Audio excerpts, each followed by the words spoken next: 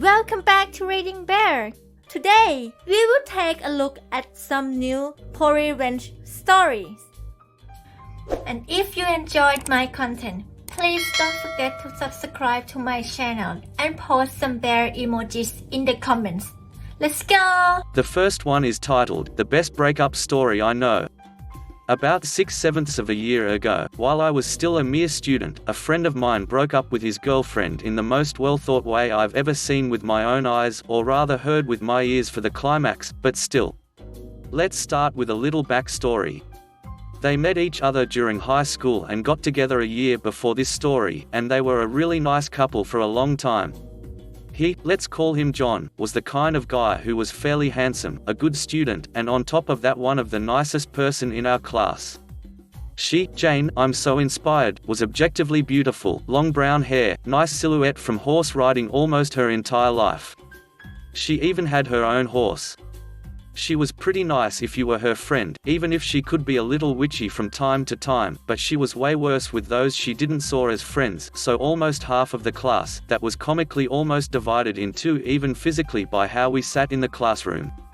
John's best friend, Jim, also fake but let's keep the J string going, was also in our class, and he also had a crush on Jane during high school because she was hard to miss and pretty popular. But she chose John and that was the end of it for him. He had girlfriends too after that, everything was fine. But during our second year of BTS, French diploma after high school, Jane's behavior drifted more and more toward the naggy and not as pleasant side she rarely showed before. All the while becoming a little bit more flirty with guys, especially Jim, who she knew had a crush on her in high school. Not often, and never when John could see, but she liked the attention you can get when you don't turn down guys who hit on you immediately, like at a nightclub for example. It never got really far, and even if we told John she was less nice to be around than before, he still loved her so it didn't bother him too much. But he did try to calm her a little bit after we talked about that. Then during Christmas holidays, that they each spent with their respective family like they did every year, Jane and Jim went to a party together, which wasn't that unusual since they were both amongst the frequent partygoer in our class, since they lived in the same town and it was hosted by a common friend from high school. John couldn't come because he was catching up with his cousins he didn't saw for months that evening. I don't have a lot of details, but Jane and Jim got hammered during that evening, and all the flirting ended up with her pulling him into a room where they ducked. When he realized what happened the next morning after sobering up, Jim was mortified and drove all the way to John's house to tell him what happened, that he was so sorry, he would never have done that sober, yada yada yada. He even told John to hit him if he wanted to, and he wouldn't fight back because even if John wasn't a slob, Jim was almost a head taller than him, and really strong too. Fortunately their friendship went back to elementary school, and John knew he was telling the truth, especially since he was a little bit more careful with how Jane acted after some of us talked about her. And he saw that she could get a bit too flirty with him. It did took some time for him get over it, but they are still friends to this day, as far as I know. New Year's Eve was the next time he saw Jane and he asked her about what happened at that party, but she freaked out and asked him how he could believe she would do something behind his back, and she wasn't a whore. That Jim drooled over her since high school, and he tried to take advantage of her while she was drunk but only got a kiss. Not even with a moment of hesitation. He acted like he believed her and apologized, spent a nice evening and started plotting his revenge. They started dating at the end of last January, so their anniversary was coming up and this is when he would do it. He had a key to her apartment, so while she was out all afternoon preparing for the evening, he really made the place look fantastic. She came home to a trail of rose petals leading to a table lit only by a few candles, while a soft music was playing. John really liked to cook, and as expected, the diner was amazing, with a handmade salad of different vegetables cut in balls, and glazed in oil. Honestly, I ate with him once, his dishes look like those of a 4-star restaurant, and the main plate, a nice juicy steak. After a few bites, he asked her how it was, and when she told him she loved it, he said, "See? I told you you would love random horse name N42, even in your plate." She wasn't a vegetarian, but she took the "I like horses as family, not as meals" sentence literally with her horse.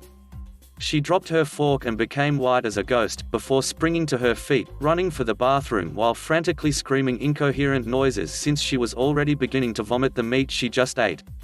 Sadly for her, he had duct-tapped the lid of the toilets shut, and put the braid Jane used to tie in random horse name N42's mane on the seat. She just broke down crying, curled up on the floor where the bath was slowly dripping from the seat, repeating, random horse name N42, you bastard, my poor, random horse name N42.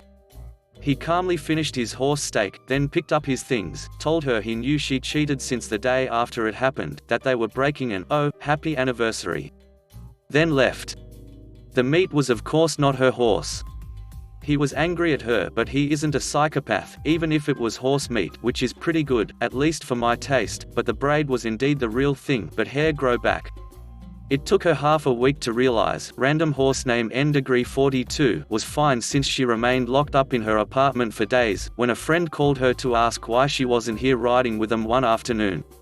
The next one is titled, Taking on the Homeowners Association President. This happened when my wife and I first got married. My grandfather had passed just a couple months before and left me a very sizable inheritance with a note to make sure I use it smartly to start a good life for my wife and me. My father-in-law owns a real estate company that buys foreclosed houses and rehabs them, and he knew of a great starter home for my wife and I and agreed to pay to have it rehabbed with the understanding that we would pay him back when we were better established or after 2 years when we sold the house. So we bought the house and it took about 90 days to rehab it before we moved in. This is an important fact later on. So we finally moved into our house, and had been there about 2 weeks when someone came and knocked on our door stating that they were the Homeowners Association (HOA) president and asked for my landlord's contact information. I explained that we didn't rent the home and that we were the owners, and then they followed that up by asking to speak with my parents. I reiterated again that I was the homeowner and asked them what they wanted. They explained that there was a HOA for the neighborhood and that I needed to sign the HOA rules and that I owed $90 pro-rated for my dues, but that they would give me 30 days to pay as a courtesy. However, they needed me to sign the rules right then. I told them I wanted to read and review them first before I agreed to sign anything, and they were extremely pushy about signing them right then. I refused and they told me that I had 7 days to sign them and explained that they have legal power to fine me if I do not turn in a signed copy in that time. I called my in-laws because I didn't know anything about HOAs and asked them for their advice. My father-in-law got upset saying that it should have been disclosed prior to the sale, but sometimes with HUD houses that gets missed. We agreed that the $30 per month fee wasn't horrible, especially because they did provide a really nice playground for the neighborhood. So I agreed and signed the rules. There were a couple that seemed a little over the top to me, but I agreed anyway because from my understanding at the time, I really didn't have any choice. It seemed fine enough until about a month passed and we had a small housewarming party with a couple friends. Literally, there were less than 8 people there including my wife and I. The house was small but it had a nice deck, so we were out back having a small fire using a fire pit one of our friends had just given us, when I heard someone knocking at the door. No, pounding, like a freaking cop.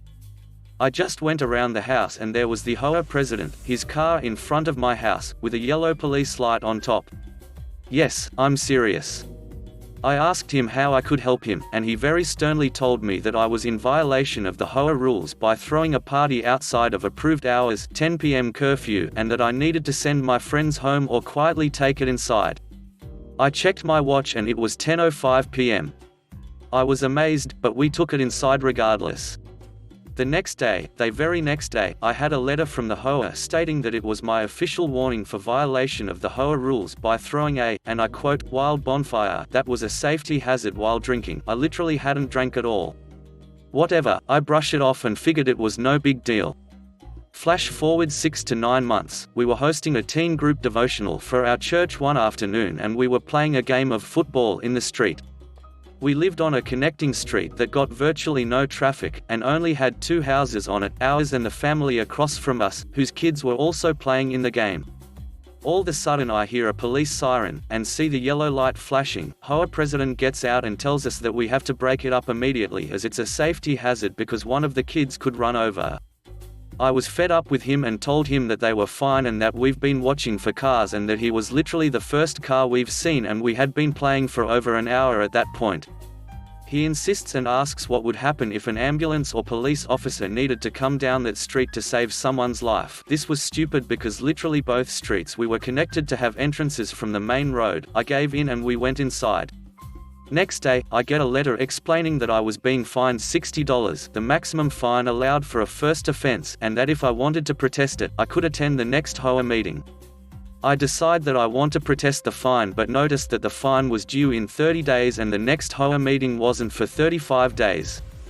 I opted not to pay until after the hearing and wrote a letter back to the HOA president stating as such. I go to the meeting and it's literally myself, the HOA president, the HOA secretary, president's wife, vice president, president's neighbor, and treasurer, vice president's wife. My protest was immediately overruled, and I was also charged a $30 late fee for not paying on time, despite notifying him. I was fed up, I couldn't take it any longer, but realized I really didn't have any recourse. About 4 to 5 months later, we gave birth to our first child, and about a month after that I was driving home one night. I was working a second job in retail at the time, and my buddy in the military called me. He had been deployed when my daughter was born and was calling to congratulate me. When I got home, I didn't want to risk waking up my sleeping newborn daughter, so I just sat in my car with the engine running as it was a little chilly outside. I sat there for about half an hour when I heard the police siren, and saw the yellow lights. Now keep in mind, police sirens aren't quiet, and this was right in front of my house. His stupid yellow light was flashing everywhere, including into my daughter's bedroom. I got out of the car, and rather rudely told him to turn off the light as to not wake my daughter. He explained that I looked suspicious, sitting in my car with it running outside of my house. I explained the situation and he told me I had to go inside and that my history of being a troublemaker wouldn't grant me any leniency. I basically told him where I thought he could go and proceeded to sit on the hood of my car. He sat there for another 15 minutes telling me I needed to go in, and at one point touched my shoulder. I explained to him that if he touched me again I would take it as a sign of aggression and defend myself, which he responded by getting in his car and leaving. He circled the block about 4 times the next 30 minutes, which was when I got too cold to stay out and finally went inside. Next day, I get a hand-delivered letter from him and the vice president, and he also asks me to step outside to talk about last night's incident. He explains that he was being nice by not calling the police on me after I threatened him, at which point I cut him off and told him that he needed to get off my property before I called the police on him for trespassing. I read the letter and saw that he was giving me 2 different fines for $180 each, which were the maximum amounts. One for violating curfew, and one for disobeying the night watchman. I was done. I had reached my breaking point. This is where the revenge comes in. I start looking into HOA laws and regulations regarding fines and how to protest them, because I felt like this was clearly abuse. I find that the law states that you must be notified of an HOA 10 days prior to closing on a house and must be served with the HOA rules within 45 days of purchase, or you are not subject to being forced to participate in the HOA. I remember that we weren't served until after we moved in, which was close to 90 days after we closed. So I called my real estate agent, who is a very close family friend. My in-laws have bought literally thousands of houses from her over the past 35 years, and asked if she had the paperwork still, and she said she can get me a copy. I looked and it was over 90 days after purchase that we were notified, and there was no disclosure statement at closing.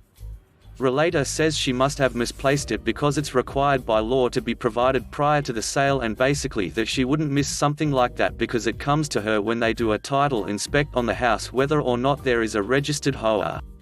She does a little digging and calls me back 2 days later and says that my neighborhood doesn't have an HOA registered with the city or county, which is required. I end up calling the county office in charge of registering and give them the neighborhood name, and she says that our neighborhood is registered in the other city and not in our city. And that if we wanted to start an HOA we would have to follow these certain steps, and that without those, the HOA wouldn't be allowed to collect any money or have any authority. Apparently what had happened was our neighborhood was originally all in one city, but when the city lines changes the neighborhood was split in half. The other neighborhood kept the HOA that was registered, and our HOA president was supposed to register with the state, but didn't feel like jumping through all of the hoops that it required. I was ready to walk down to the president's house and rip into him, but decided to be smart for a minute. I talked to my neighbor across the street, who also hated the hoa, and told him what I found out. He was furious about it as well. We talked to a few more and get a group of about 10 of us together that agree we need to show up at the next hoa meeting. Word had apparently spread because there ended up being more people than the library meeting room could host.